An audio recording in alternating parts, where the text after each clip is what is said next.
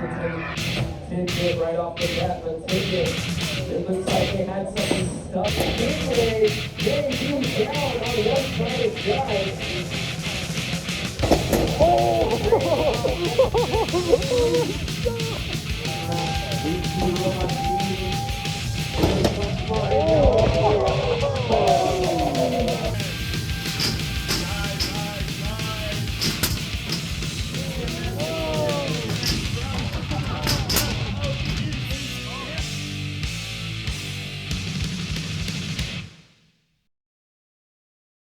Hello everyone, what an event Brain Rot had yesterday.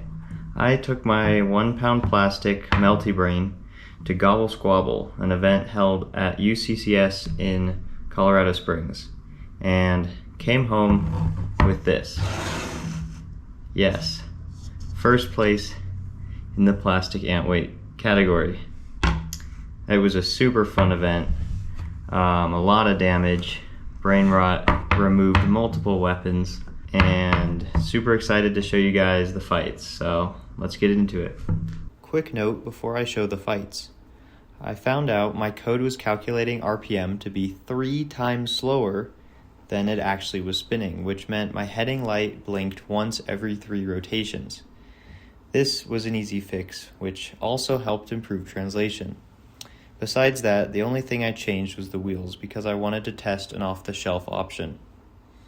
My first opponent was Button, a heavily armored control bot. As the match begins, Brain Rot spinning up to speed. It's sending itself across the ring. There's a lot of energy in that spinner as it hockey pucks around the ring. As it goes around and around, it's giving everyone Brain Rot as they try to keep their eyes on it. The 2 robots meeting on the side of the field. It looks like Button is going to try to hold Brain Rot in one of the corners, but Brain Rot is just elusive enough to keep itself out. Button looking to try and get that spinner to stop, but Brain Rot clips the side. These 2 robots looking to get run full speed into each other. Button has a little wedge trying to make sure that it can survive the onslaught from Brain Rot.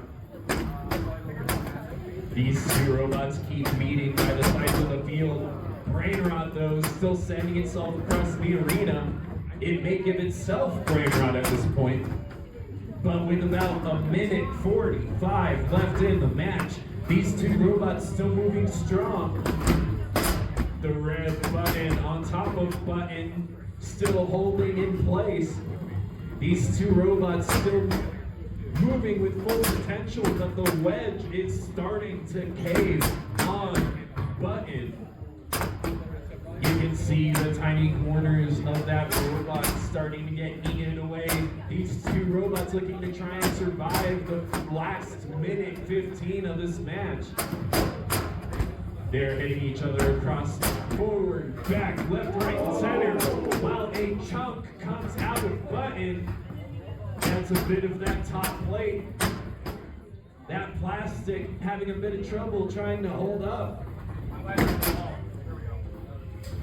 The wedge of Button getting under the field walls, while Brain Rot looking to try and ride the wave on top of him. There's only about 45 seconds left to this match. Let's see what else these guys can do. Brain Rot has slowed down as the match has gone on, but it may be a strategic decision so that they don't send themselves across the arena even more. While Button gets wedged under the floor one more time. Brain Rot knocks Button loose. And with 20 seconds left, let's see if any of these robots are able to get the knockout. There's only about 10 seconds left now. Let's see. But it looks like they may be done, but it may not have been enough. But that is a tap out with 3 seconds left. Up next was another control bot by the name of Tidbit. For this fight, I went back to my custom wheels, which greatly improved my control. We do see the wedge on Tidbit versus the spinner of Brain Rot. Tidbit having a bit of trouble right out of the gate, but they're able to keep that wedge facing enough to protect them. Brainrot, though, they clip that wheel guard. They're looking to try and incapacitate Tidbit right off the bat, but Tidbit, it looks like they had something stuck and Brainrot might have freed it. Oh yeah, but they are pinned into the glass. They are able to escape. But we do see Brainrot that thing's a work of art. Around, trying to get in place and get those hits to disable Tidbit. Tidbit having struggled, they're struggling with drive. I see they're able to keep up movement enough to avoid the count out. We do hear that countdown. It's gonna be 10, 9, 8, 7, 6. Eventually, Tidbit got high-centered on pieces of its own armor, and I let him get counted out. My next opponent was Stingray, an undercutter built by Colorado's most feared bot builder, Zek. I was worried because his entire front end was basically one giant wedge, and he's a great driver. If this went to a judge's decision, Brainrot would likely lose. Stingray versus the little LED that could. Brainrot. Let's get this match started in 3, 2, 1, go! We do have Brainrot first to go flying in the air. Stingray though, spinner. You can hear these two robots making collisions again and again and with the battle box. Stingray up on its back. Now it goes to an overhead spinner instead of an under. Wait, now the it's upside down. Two robots meeting back and forth, weapon to weapon, over and over again. It's a lot of collisions here in this winner's bracket. Brainrot getting hit in that corner, but sending Stingray a long way. We aren't even 1 minute down in this match yet. We've had more collisions than we have most matches. It's weapon to weapon, back and forth. But it looks like Stingray may be down on one side of drive. Oh my god! This match is giving us everything. Roof shots, side shots, bangs from all angles. And we are nearing just the halfway point of this match. There's still 1 minute 30 left to go. Stingray reeling from all of those hits. Brainrot looking to try and deliver more. These two robots colliding. Brainrot still moving as if it was the start of the match. We're playing ping pong with robots here. We do see Stingray still trying to spin and get their spinner in play. Both robot spinners still active.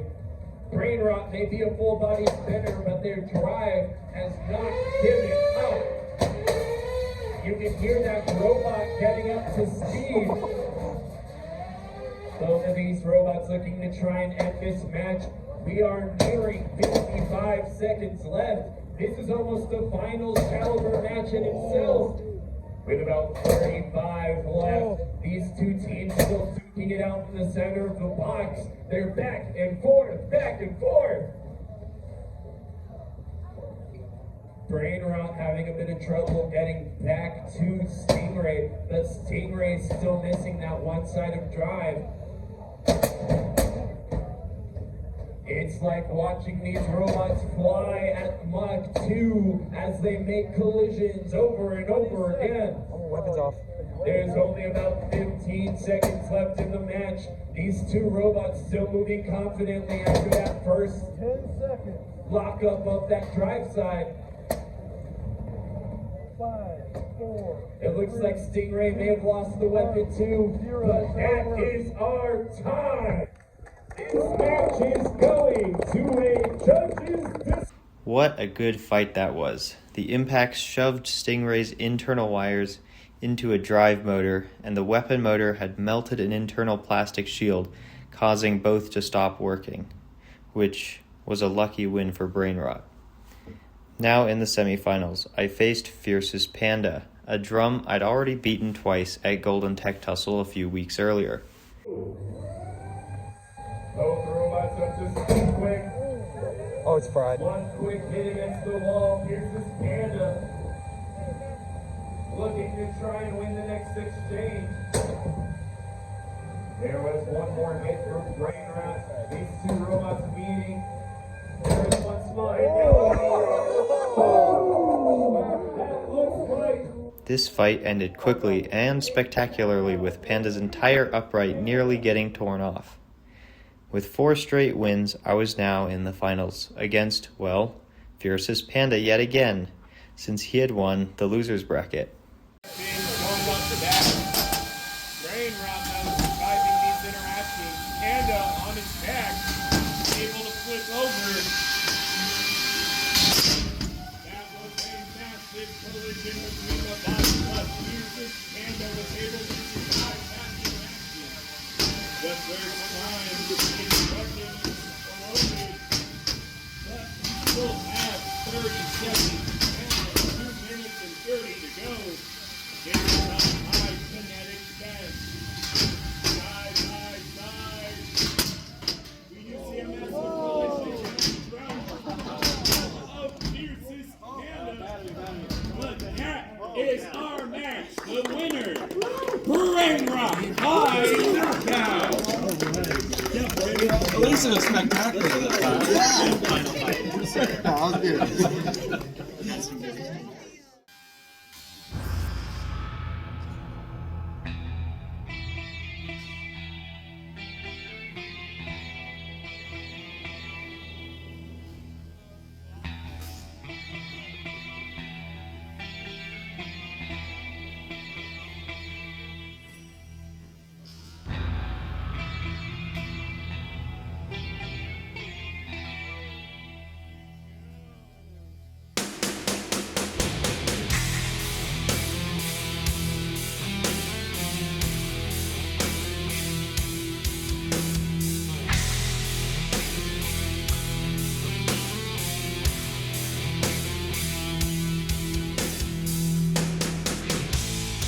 Well, it happened again.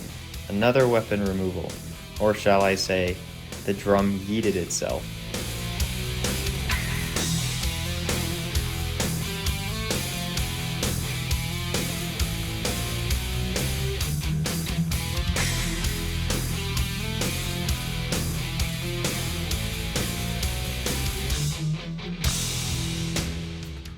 With that, Brainrot had won the tournament with 5 wins and no losses. I wanted to do a post-event overview of what Brainrot looks like at the end. So, not much damage anywhere. The tooth got a little bit chunked, but that's pretty much it. I've always pretty much ran the same chassis through an entire event and not had any issues, so super durable. These new motors work great. A lot less play, and they didn't have any issues. What I did have issues with were these Banebots wheels.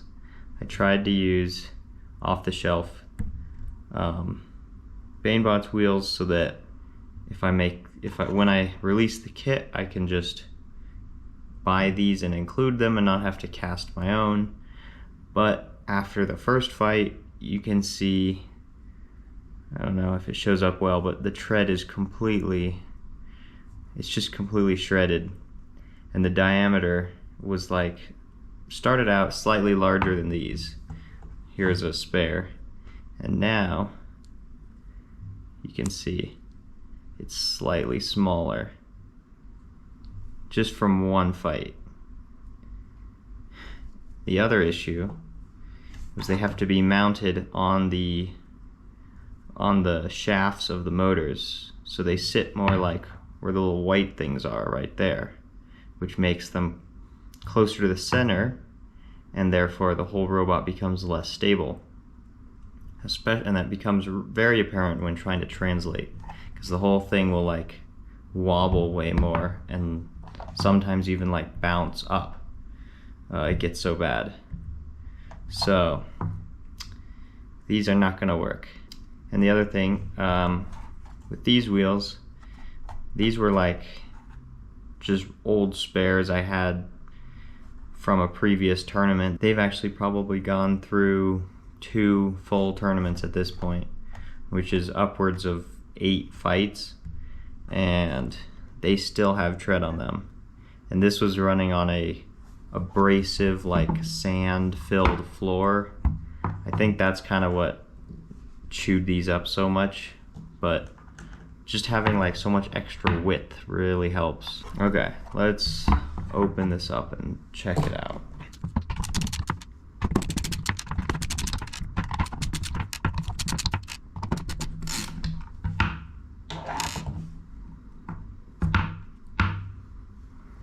Gotta be careful pulling the lid off because these wires are attached. I don't want to yank on them.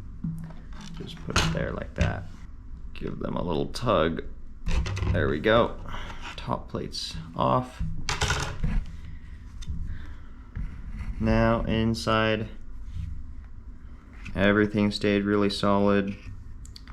This time, instead of using epoxy to hold these in, oh wow, you can actually see that shifted a lot. Okay. So that wire is not supposed to be straight like that. That shows that it's under a lot of tension, and we definitely don't want that because that's going to break the wires. Yeah, this one's all squished up, so these ESCs slid this way when it hit really hard in the finals match. Other damage, very small. I don't even know if you can see it. This motor actually got hit by Stingray. Actually had to replace the, yeah, this is the wheel that got hit. It completely like shattered the TPU.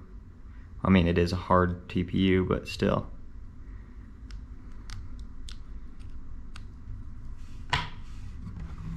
But that's very minor and didn't affect anything. Okay, everything else looks good.